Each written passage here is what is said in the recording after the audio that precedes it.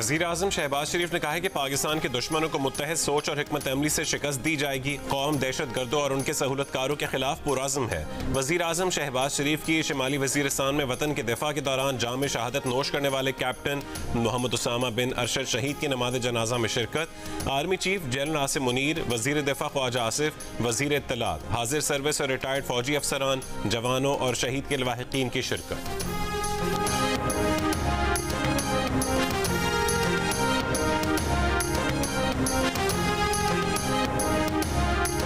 जनूबी वज़ीरिस्तान में security forces और दहशत गर्दों के दरमियान फायरिंग का तबादला। ISPR के मुताबिक फायरिंग के तबादले में 3 बहादुर जवान शहीद हो गए। शहीद होने वालों में सिपाही असदुल्ला, सिपाही मोहम्मद सुफियान, जैन अली शामिल। ISPR का कहना है कि इलाके में दीगर मुमकिन दहशत गर्दों के खात्मे के लिए क्लियरेंस ऑपरेशन जारी है। पाकिस्तान की सिक्योरिटी फोर्सेज मुल्क से दहशत गर्दी के खात्मे के लिए पुरअज़्म है।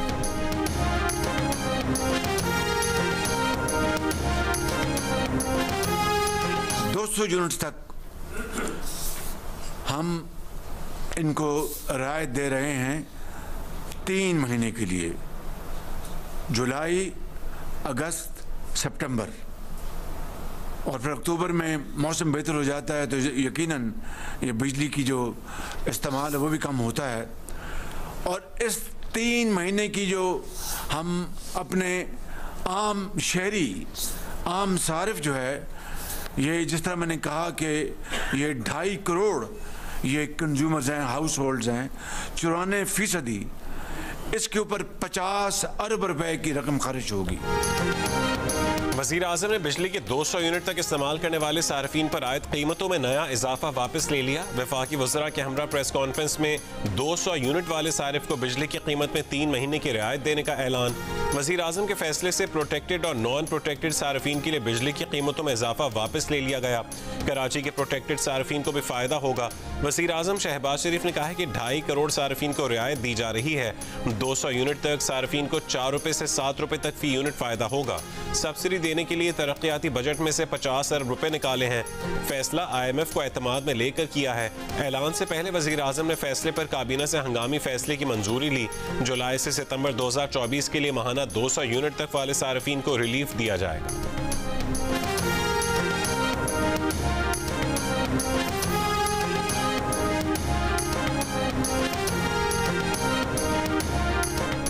नब्बे दिन में करप्शन का खात्मा का दावा करने वालों ने कौम के 190 मिलियन पाउंड पर भी हाथ साफ किया। वज़ीर आज़म शहबाज शरीफ ने तहरीक इंसाफ को निशाने पर ले लिया। कहा कि तहरीक इंसाफ दौर में करप्शन का खात्मा होने के बजाय बड़े बड़े करप्शन स्कैंडल आए। बड़ी बातें की गईं कि 300 अरब रुपए वापस लाएंगे। लूटी हुई दौलत का एक ढेला भी नहीं आया। 10 साल में कौमी खजाने के 500 अरब रुपए तबाह हुए। वज़ीर आज़म ने कहा है कि बजट में पहली बार अशराफिया पर टैक्स लगा, इससे 100 अरब रुपए इजाफी मिलेंगे। पहली बार रियल एस्टेट पर टैक्स लगा, उनके नज़दीक अभी और लगना चाहिए था। इस सेक्टर पर टैक्स के लिए अगले साल मजीद तैयारी के साथ आएंगे। तनख्वाहदार तबके पर टैक्स लगा, जिस पर उन्होंने जायज़ एहतजाज किया। वज़ीर आज़म ने यह भी कहा है कि मुश्किल वक्त गुजर गया, पाकिस्तान दिवालिया होने से बच गया है।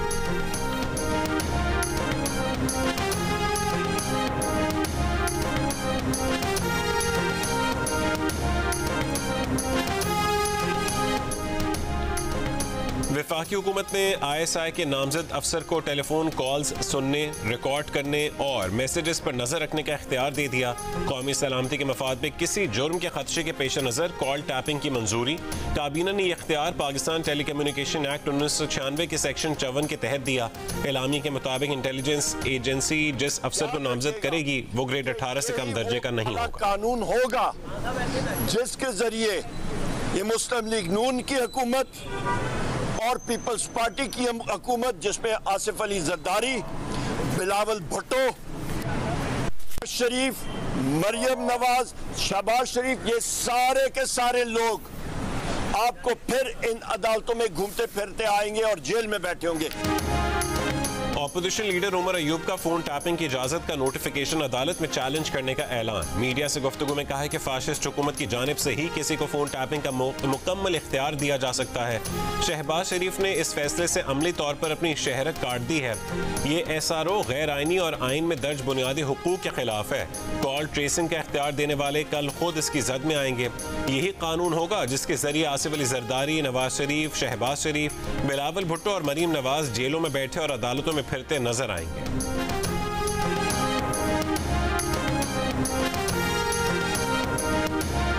ये कोई नया काम नहीं हुआ, ये कोई अनहोना काम नहीं हुआ।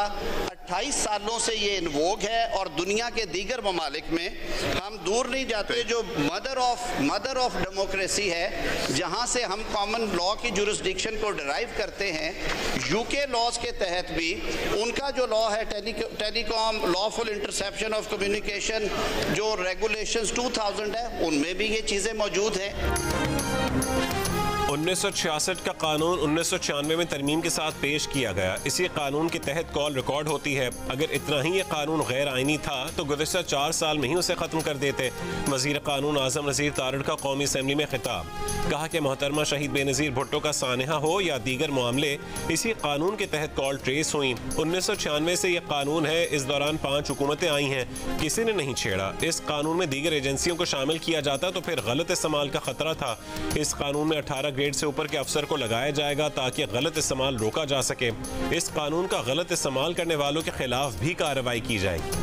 मौसमी बटेरे हैं ये सारे सियासी लोग जो हैं हमारे अपोजिशन वाले और पीटीआई वाले कि मौसम अच्छा हो, इस्टेब्लिशमेंट जो है उसने सहारा दिया हो, बाजू पकड़ा हो तो इस्टेब्लिशमेंट के कवाली करते हैं उनकी तारीफ में। अगर इस्टेब्लिशमेंट जो है बाजू ना पकड़वा रही हो या कोई और बातचीत या सिलसिला ना शुरू हो रहा हो तो फिर हर चीज़ उनको इस्टेब्लिशमेंट की बुरी लगती है। वज़ीर दिफ़ा ख्वाजा आसिफ ने तहरीक इंसाफ को मौसमी बटेरे करार दे दिया। कहा कि उमर अयूब और दीगर लोग बानी पीटीआई के फ़ोन टैपिंग पर फरमुदात भी सुन लें। जब इस्टेब्लिशमेंट के साथ उनके मामले अच्छे चल रहे थे तो हर बात बड़ी प्यारी लगती थी, अब उसकी मुखालफत कर रहे हैं। उमर अयूब तो अपने बानी के कहने की नफ़ी कर रहे हैं। एक सवाल के जवाब में कहा कि इत्तेहादी हुकूमत में शिकवे शिकायतें होती रहती हैं। पीपल्स पार्टी को बुनियादी मसला पंजाब में जगह न मिलने का है, ये शिकायत भेदरू हो जाएगी।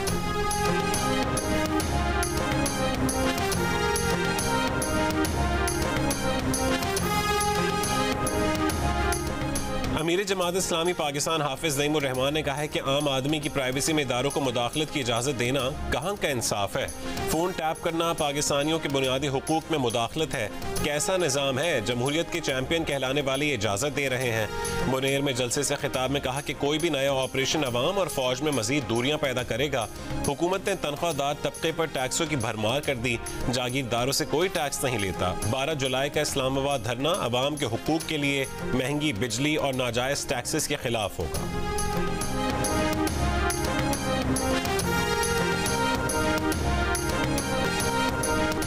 तहरीक इंसाफ के रहनुमा असद कैसर ने कहा है कि इस्लामाबाद में जलसा एनओसी ना मिलने पर नहीं, बानी पीटीआई की हिदायत पर मंसूख किया था। बानी पीटीआई ने हुकूमत से एनओसी लेने का कहा था ताकि हुकूमत के पास जुल्म करने का कोई जवाज ना हो। बोले बानी पीटीआई से कल की मुलाकात में आइंदा के लाहेमल पर बात करेंगे। अगर बानी पीटीआई ने इजाज़त दी तो हर रुकावट को अबूर करके जलसा करेंगे।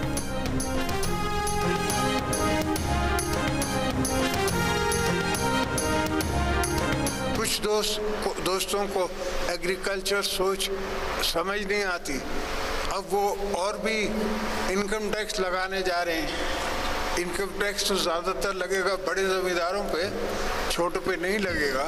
लगाना पड़ेगा। IMF का जिसे कहते हैं ना एक शर्त है, वो प्रोविंशियल गवर्नमेंट्स के हैंड में होगा कि हम अपना उसमें खर्चा भी दिखाएंगे और जो प्रॉफिट है वो भी दिखाएंगे, जो हारी को आधा देते हैं वो भी दिखाएंगे। और वो तो टैक्सेबल नहीं है, वहाँ टैक्स हो नहीं सकता। टैक्स होगा मेरे प्रॉफिटेबिलिटी में। तो चले कुछ चने कट पा लिया गया। सदर आसिफ अली जरदारी ने कहा है कि IMF की शर्त है तो बड़े जमींदारों पर इनकम टैक्स लगाना पड़ेगा। ज़राअत पर टैक्स के लिए तैयार हैं, मगर ज़राअत पर इनकम टैक्स सूबाई हुकूमतें लगाएंगी। हम इन्हें खर्च, मुनाफा और हारी का हिस्सा सब दिखाएंगे। मुनाफा हुआ तो टैक्स देंगे। प्रोफेसर वारिस मीर मेमोरियल सेमिनार से खिताब में कहा कि वो आज़ादी सहाफ़त के साथ हैं। सदर आसिफ अली जरदारी और वज़ीर दाखिला मोहसिन नकवी की चौधरी शुजात की रिहाइशगाह आमद, चौधरी शुजात की खैरियत दरियाफ्त की। सदर आसिफ अली जरदारी ने कहा कि मुल्क की बेहतरी और तरक्की के लिए तमाम स्टेक होल्डर्स को एक सफ़े पर आना होगा।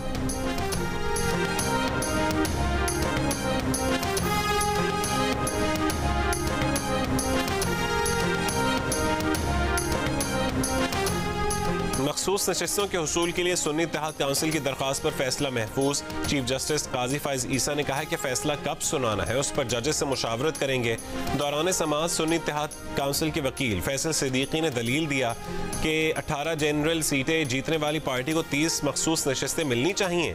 चीफ जस्टिस ने कहा कि आपकी लॉजिक के मुताबिक आपको तो फिर 0 सीट मिलनी चाहिए क्योंकि आप तो कोई सीट जीते नहीं। आप सब बातें अपने खिलाफ कर रहे हैं। हम आपके दलाइल मान लेते हैं तो मखसूस नशिस्तें PTI को मिल जाएंगी।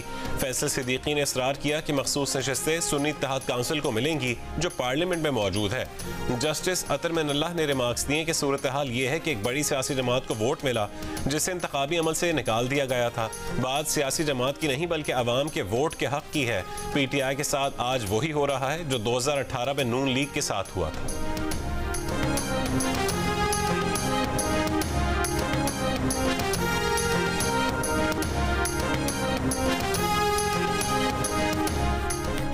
किसी भी पार्टी को जीती हुई नशिस्तों से ज्यादा मखसूस नशिस्तें देना गैर कानूनी है। इलेक्शन कमीशन ने मखसूस नशिस्तों से मुतालिक बदनीयती की।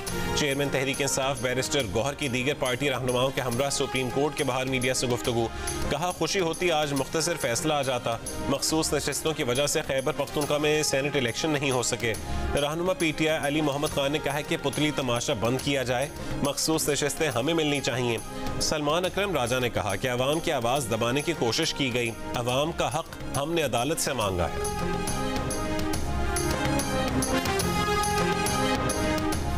समझ नहीं आता कि आज़ाद हैसियत से जीतने के बाद जब तहरीक इंसाफ का बतौर सियासी जमात ढांचा मौजूद था तो सुन्नी इत्तेहाद काउंसिल में क्यों शामिल हुए। मखसूस नशिस्तें उसी पार्टी को जाती हैं जिसने इलेक्शन लड़ा हो। वफाकी मुशीर बिराए कानून और इंसाफ बैरिस्टर अकील मलिक का सवाल।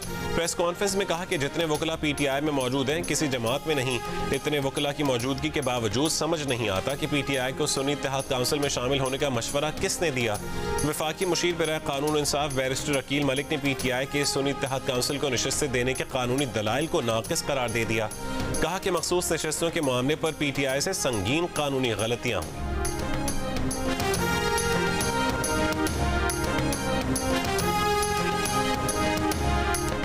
बुशरा बीबी के साबिक शौहर खावर मानिका का कहना है कि बानी PTI और बुशरा निकाह केस के मुजरिम हैं। निकाह का झूठ छुपाकर मगरबी ममालिक की मिसाल देते हैं। बानी PTI ने 7 जनवरी को निकाह की तरदीद की, 18 फरवरी को दूसरी बार निकाह किया।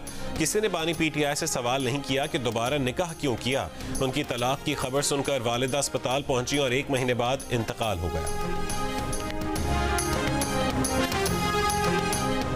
इद्दत केस में अपीलों पर 12 जुलाई तक फैसला करने का इस्लामाबाद हाई कोर्ट का साबिका फैसला बरकरार। खावर मानिका की दरखास्त खारिज। जस्टिस मियां गुलशन औरंगजेब ने फैसला महफूज सुना दिया। इस्लामाबाद हाई कोर्ट के फैसले के बाद डिस्ट्रिक्ट एंड सेशन कोर्ट में खावर मानिका के वकील की इल्तवा की दरखास्त मुस्तरद। जज अफजल मजोका ने कहा है कि हाई कोर्ट से डायरेक्शन आ गई है, हम केस सुनेंगे। कराची के मुख्तलिफ इलाकों में कहीं हल्की कहीं तेज बारिश। NDMA की अर्बन फ्लडिंग, नदी नालों में तुग़यानी की वार्निंग। कराची और हैदराबाद में सैलाबी सूरत हाल से निमटने के लिए तैयार रहने की हिदायत। पाकिस्तान विमेंस क्रिकेट टीम का कैंप बारिश की वजह से मनसूख। एशिया कप की तैयारियों के लिए विमेन खिलाड़ियों को दोपहर में हाई परफॉर्मेंस सेंटर में ट्रेनिंग सेशन में हिस्सा लेना था। मौसमियाती तज्ज़ियाकार के मुताबिक आज दोपहर या शाम तक मानसून सिस्टम एक्टिव रहेगा। हल्की बारिश और बूंदाबांदी का इम्कान है।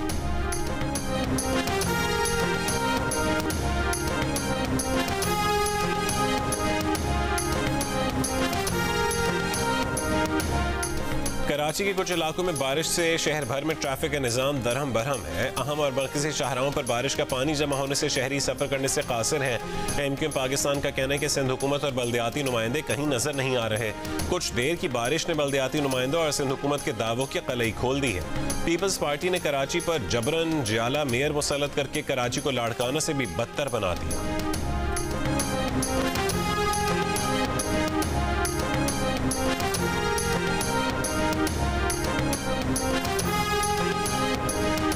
वज़ीर आला सिंध के मुआविन खुसूसी वक़ार मेहदी का MQM को जवाब। कहा कि कराची में हल्की से फुहार क्या हुई, बारिशी मेंढक बिलों से निकल आए।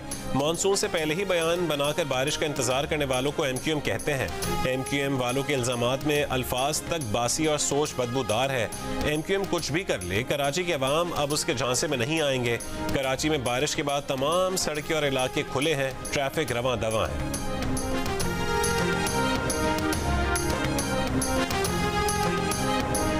मुख्तलिफ शहरों में गुज़श्ता रोज़ की बारिशों के बाद गर्मी की शिद्दत कम ना हुई। सबसे ज़्यादा दर्जा हरारत तुरबत में 46 डिग्री सेंटीग्रेड रिकॉर्ड किया गया।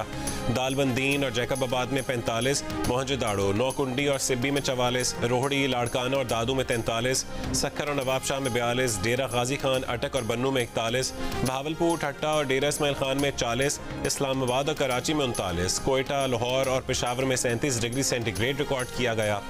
खैबर पख्तूनख्वा, ज़ेरीन सिंध, बलोचिस्तान और गिलगित बल्तिस्तान में भी बारिश की पेशगोई। मूसलाधार बारिश के बायस ज़ेरीन बलोचिस्तान के नशेबी इलाके ज़ेर-ए-आब आने का खदशा। कौमी सिलेक्शन कमेटी से वहाब रियाज और अब्दुल रज़ाक को फारिग कर दिया गया। ज़राए के मुताबिक दोनों अब सिलेक्शन कमेटी का हिस्सा नहीं रहे। मोहम्मद यूसुफ और असद शफीक सिलेक्शन कमेटी के रुकन हैं।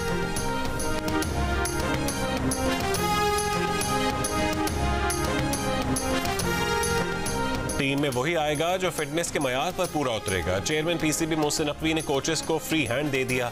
Head coaches Gary Kirsten, Jason गिलिप्सी और असिस्टेंट कोच अजहर महमूद से मुलाकात में बैटिंग, बॉलिंग और फील्डिंग बेहतर बनाने के लिए जामे प्लान बनाने का फैसला।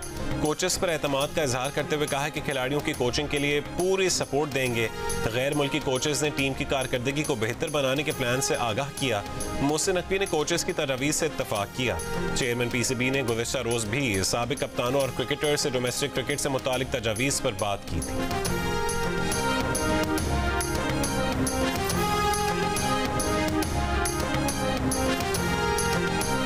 लाहौर के इलाके गार्डन टाउन में 3 लड़कियों का स्टोर के मुलाजिम पर तशद्दुद, वीडियो सामने आ गई। अदालत की तरफ से मुकदमा डिस्चार्ज होने के बाद पुलिस ने नए सिरे से तफ्तीश शुरू कर दी। पुलिस के मुताबिक अब लड़के ने मारपीट करने वाली लड़कियों के खिलाफ मुकदमे की दरख्वास्त दी है। उसका कहना है कि लड़कियों को देखकर कोई कमेंट्स नहीं किए थे। इससे पहले लड़कियों ने मुकदमा दर्ज करवा के लड़के को गिरफ्तार करवाया था, जिसे अदालत ने रिहा कर दिया था। लड़कियों का इल्जाम है कि उनके मुकदमे में पुलिस ने गलत दफात लगाई।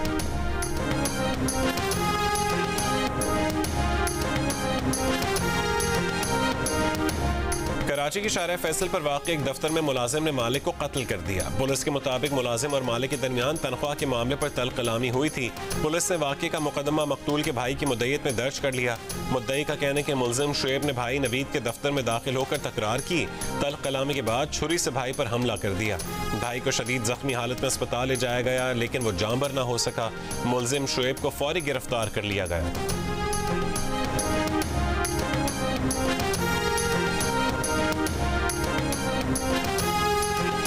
जस्टिस मोहसिन अख्तर कियानी के खिलाफ इल्जामात की तशहीर पर तौहीन अदालत केस की समाअत। Chief justice Islamabad high court ने कहा है कि पाकिस्तान का कानून हर शहरी को रेफरेंस दायर करने के अख्तियार देता है।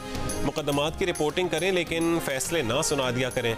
आज़ादी इज़हार राय की आड़ में किसी की तस्दीक नहीं होनी चाहिए। जस्टिस मियां गुलशन औरंगजेब ने कहा है कि रेफरेंस दायर करने के बाद प्रोपेगेंडा और जज की तस्दीक की जाए तो अदालत नोटिस ले सकती है। Chief justice Islamabad high court Aamir Farooq ने कहा है कि हमारा दायरे अख्तियार ये है कि इस बात का तयन किया जाए कि उन्होंने तौहीन अदालत की है या नहीं। केस की समाअत गर्मियों की छुट्टियों के बाद तक मुलतवी।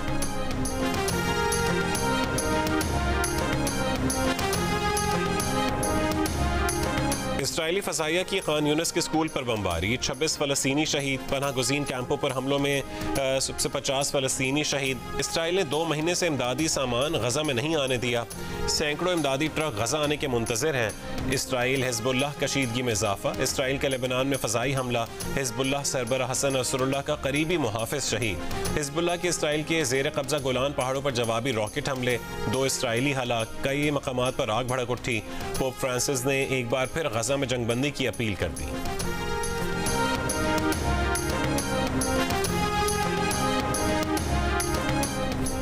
यूक्रेन के रूस के सरहदी इलाकों पर ड्रोन हमले। रूसी हुकाम के मुताबिक हमलों से तेल के गोदाम और 2 पावर स्टेशंस में आग लग गई। एक शख्स हलाक हुआ। रूसी दिफाई निजाम ने यूक्रेन के 38 ड्रोन्स मार गिराए। मिलकर पाकिस्तान और क्लाइमेट दोस्त ने जानदारों और माहौलियाती तब्दीलियों के बारे में आगाही मुहिम शुरू कर दी। मुहिम के तहत 1 लाख बर्ड फीडर्स पूरे पाकिस्तान में लगाए जाएंगे। अवाम भी घर के अतराफ या किसी पार्क में पौधे लगा सकते हैं।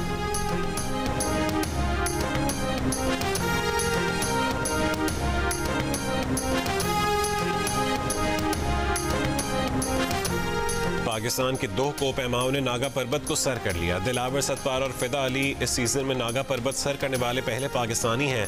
8,126 मीटर बुलंद नागा पर्वत दुनिया की 9वीं बुलंद चोटी है। नेपाल के भी 2 कोपहमाओं ने नागा पर्वत सर कर लिया।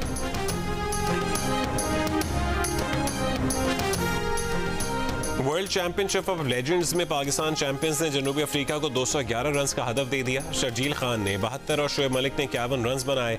हदफ के ताक़ुब में जनूबी अफ्रीका की बैटिंग जारी। पाकिस्तान चैंपियंस इवेंट में नाकाबिल शिकस्त रहते हुए पहले ही सेमीफाइनल के लिए क्वालिफाई कर चुका है। मैच जियो सुपर से बराह रास्त नशर किए जा रहे हैं।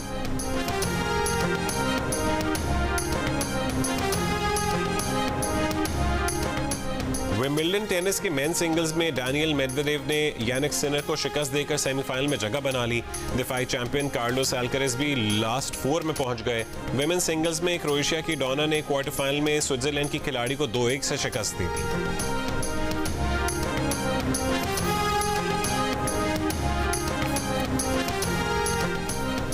यूरोपियन फुटबॉल लीग के पहले सेमीफाइनल में स्पेन और फ्रांस आमने सामने। दूसरे सेमीफाइनल में नेदरलैंड्स और इंग्लैंड मध्य मुकाबिल होंगे। कोपा अमेरिका के सेमीफाइनल्स में अर्जेंटीना और कनाडा कल, यूरुग्वे और कोलंबिया जुमेरात को फाइनल में जगह बनाने के लिए जोर आजमाई करेंगे।